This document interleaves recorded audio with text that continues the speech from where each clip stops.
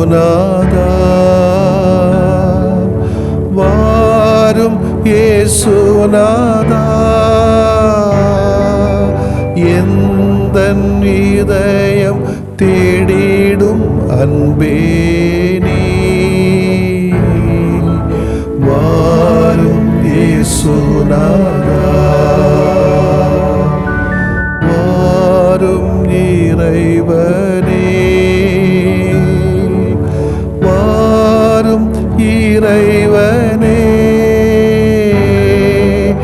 எந்தன் இதயம் தேடிடும் அன்பே நீ வாரும் இறைவனே வாரும் இறையாவியே வாரும் இறையாவியே எந்தன் இதயம் தேடிடும் அன்பே நீ வாரும் இறையாவியே.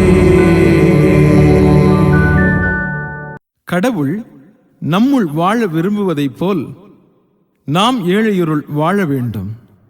அதுவே நிலை வாழ்வு.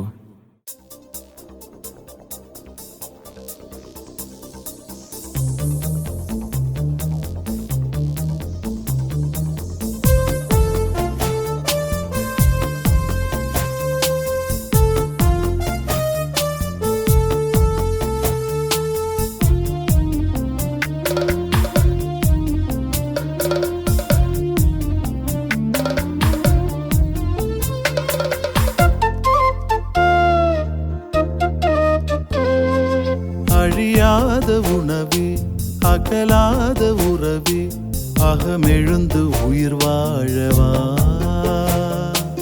அழியாத உணவே அகலாத உறவே அகமெழுந்து உயிர் வாழவா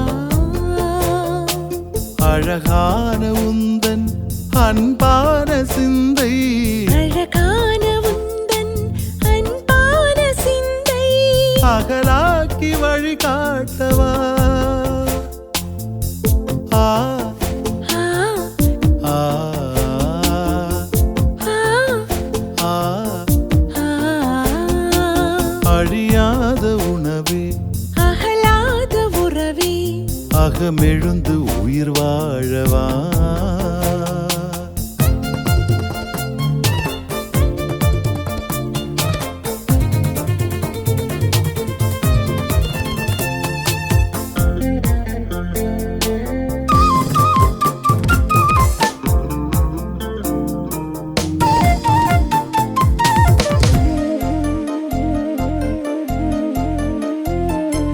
தனியாகும் போதும் தடுமாறும் போதும் தகைவில்லா நட்பின் துணையாகவா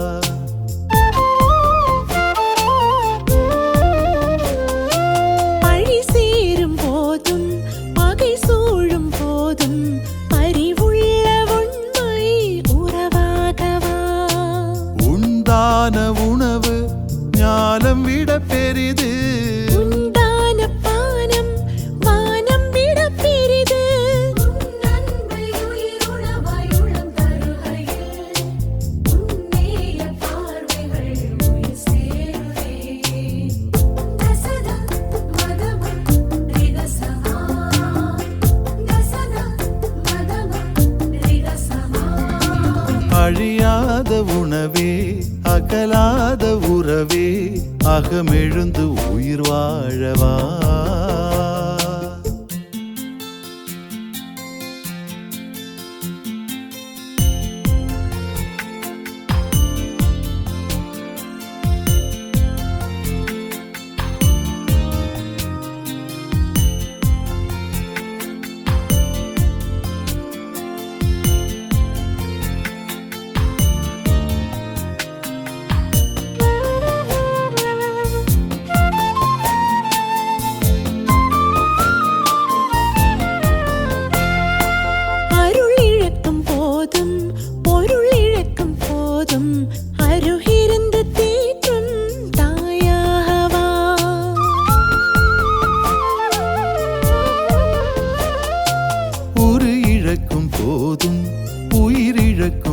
போதும் உயிர் தந்த நீயே உயிரேற்கவா. நீ தந்த வார்த்தை வழியெல்லாம் ஒளிரும். நீ வாழ்ந்த வாழ்க்கை வாழ்வெல்லாம் விளிரும்.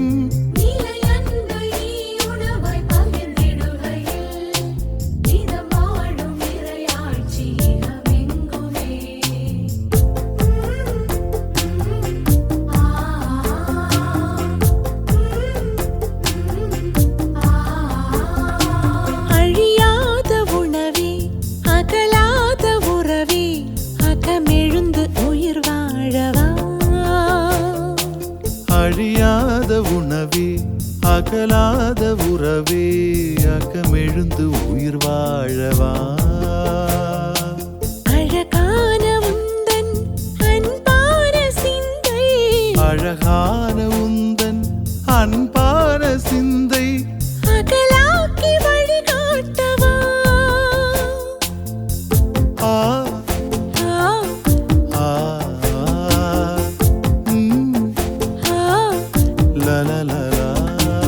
அழியாத உணவே அகலாத உறவே அகமெழுந்து உயிர் வாழவா. மத்தேயு எழுதிய நற்செய்தி அலகு 16 இறை சொற்றொடர்கள் 13 முதல் 23 வரை. அக்காலத்தில் இயேசு பிலிப்பு செசரியா பகுதிக்கு சென்றார். அவர் தம் சீடரை நோக்கி, மானிட மகன் யார் என்று மக்கள் சொல்கிறார்கள் என்று கேட்டார். அதற்கு அவர்கள், சிலர் திருமுழுக்கு யோவான் எனவும், வேறு சிலர் எலியா எனவும், மற்றும் சிலர் எரேமியா அல்லது பிற இறைவாக்கினர்கள் ஒருவர் என்றும் சொல்கின்றனர் என்றார்கள்.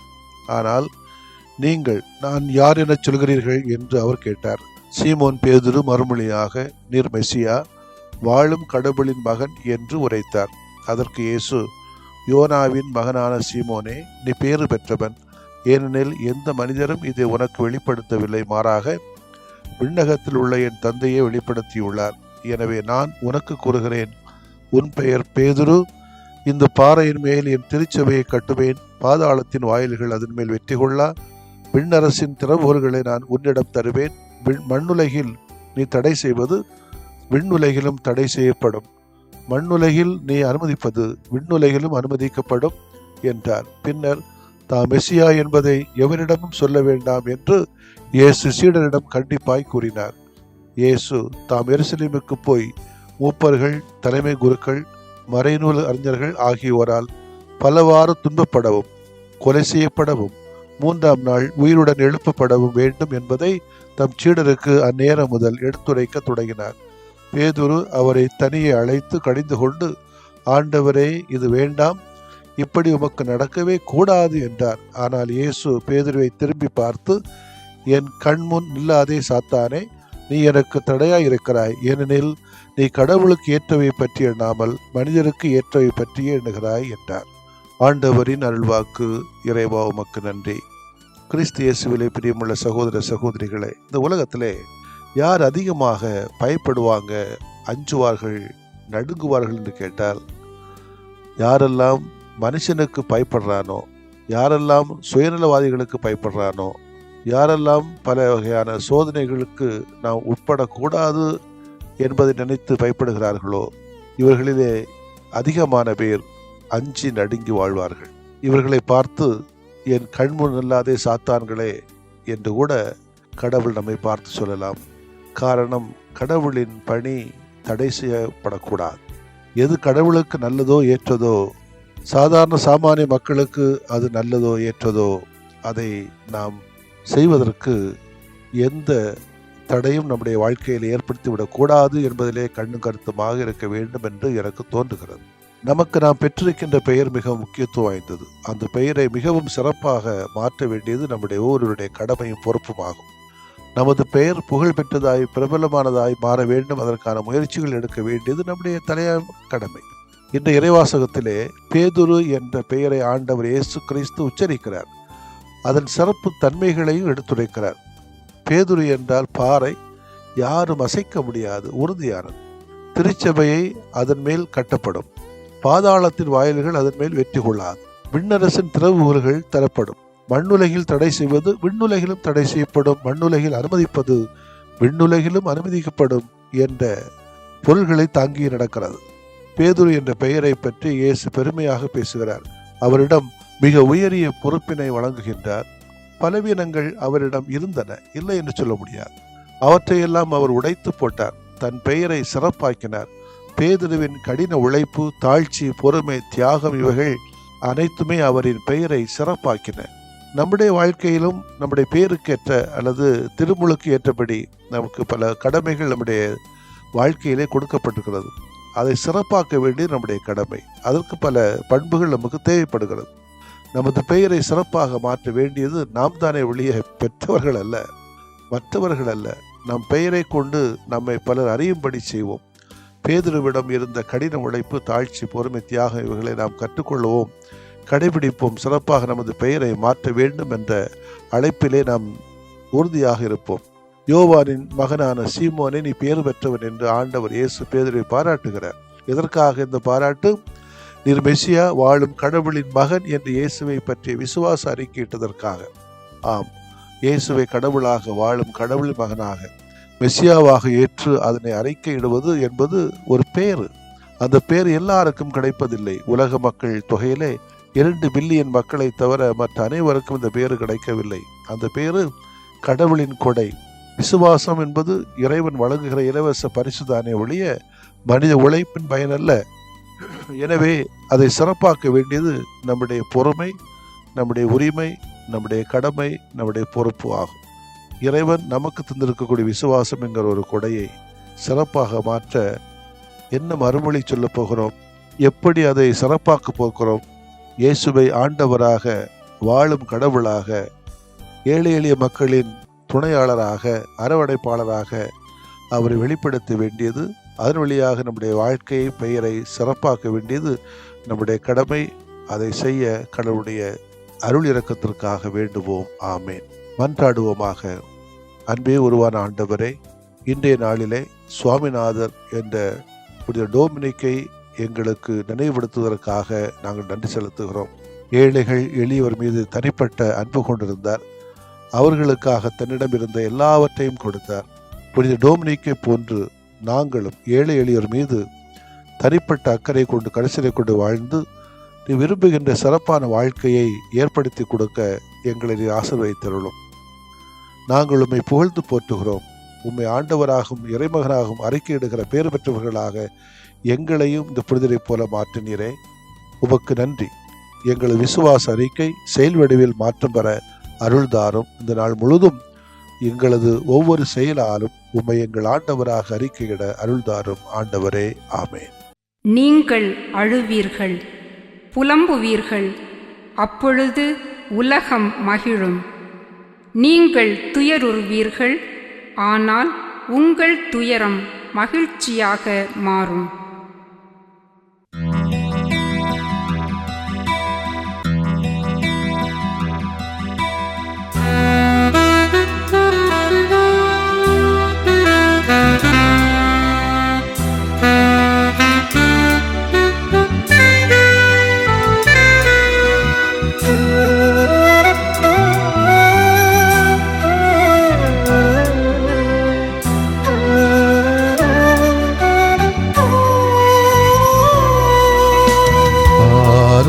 ஆறுதலான ஆண்டவரே,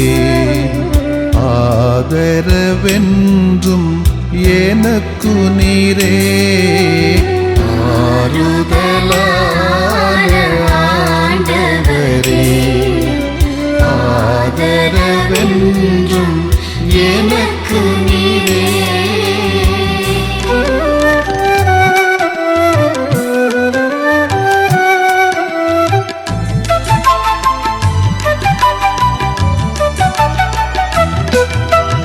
என் கவலை, என் கண்ணீர், என்னை வருத்தும் வேதனைகள்.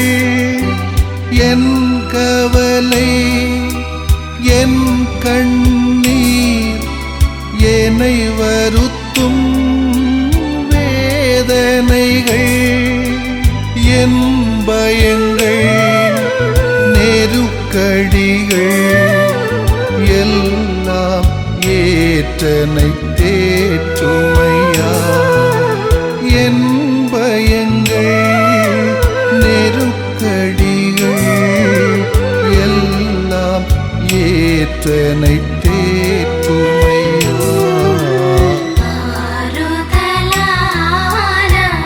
ஆண்டவரே, ஆதரவென்றும் எனக்கு நீரே.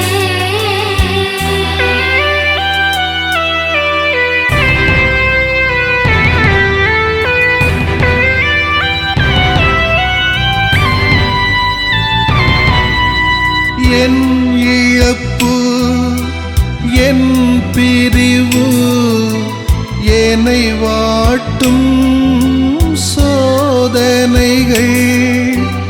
என் இழப்பு என் பிரிவு என்னை வாட்டும் சோதனைகள். என் பாவங்கள் மனப்பாரங்கள் எல்லாம் சுமந்தனை தாங்குமையா. என் பாவங்கள் மனப்பாரங்கள் எல்லாம் சுமந்தனை தாங்குமையா. ஆறுதலான ஆண்டவரே, ஆதரவென்றும் எனக்கு நீரே.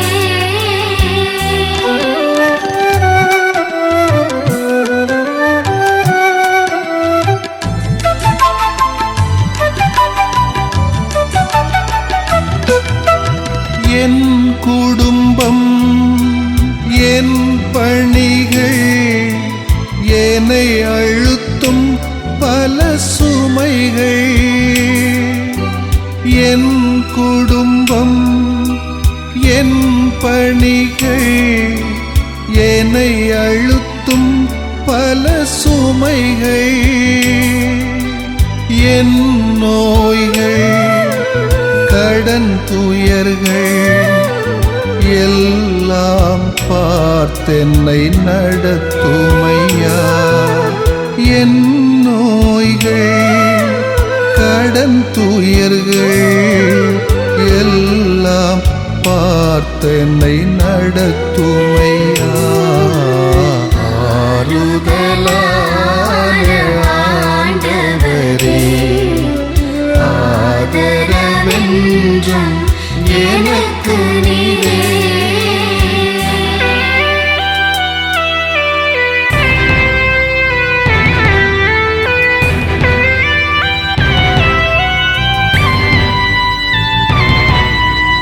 என் ஏக்கம் என் நோக்கம் என்னை தாக்கும் பழித்துரைகள்.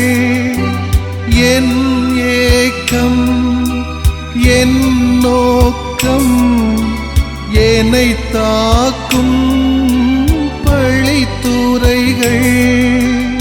என் பலங்கள் பலவீனங்கள் எல்லாம் அறிந்தனை ஆளுமையா. என் பலங்கள் பலவீனங்கள் எல்லாம் அறிந்தனை ஆளுமையா. ஆறுதலான ஆண்டவரே, ஆதரவென்றும் எனக்கு நீரே.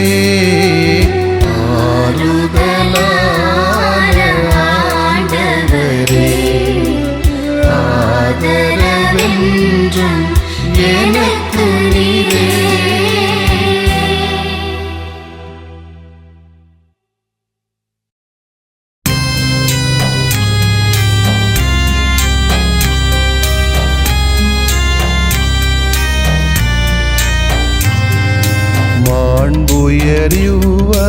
மாண்புயரிவருள்ளடையாளத்தை தாழ்ந்து பணிந்து ஆராதிப்போம். பழைய நியம முறைகள் அனைத்தும் இனி மறைந்து முடிவு பெற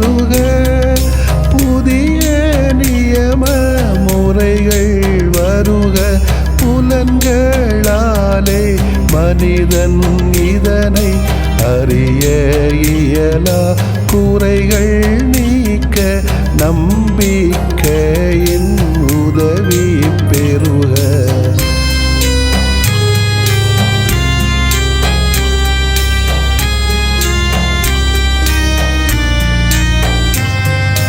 தந்தை அவர்க்கும் மகன் அவர்க்கும் புகழ்ச்சியோடு வெற்றியாக்கும்.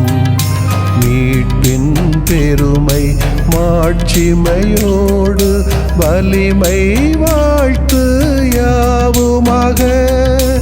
இருவரிடமாய் வருகின்றவராம் தூய ஆவியானவர்க்கும் அளவில்லாத சமப்புகழ்ச்சி என்றுமே உண்டாகுக. ஆமென். வானின்று அவர்களுக்கு அப்பமளித்தீரே, இனிமையெல்லாம் தன்னகத்தில் கொண்ட அப்பம் இதுவே. மன்றாடுவோமாக. இறைவா, இந்த வியப்புக்குரிய அருளடையாளத்திலே உம்முடைய பாடுகளின் நினைவை எங்களுக்கு விட்டு சென்றீ. உமது திருவுடல் திரு ரத்தமாகியவற்றின் தூய மறைபொருளை வணங்கும் நாங்கள் உமது மீட்பின் பயனை இடைவிடாமல் துய்த்து உணர்ந்து மகிழ அருள்வீராக. தந்தையாகிய இறைவனோடு தூய ஆவியாரை ஒன்றிப்பில் இறைவனாய் என்றென்றும் வாழ்ந்து ஆட்சி செய்கின்ற உம்மை மன்றாடுகின்றோ.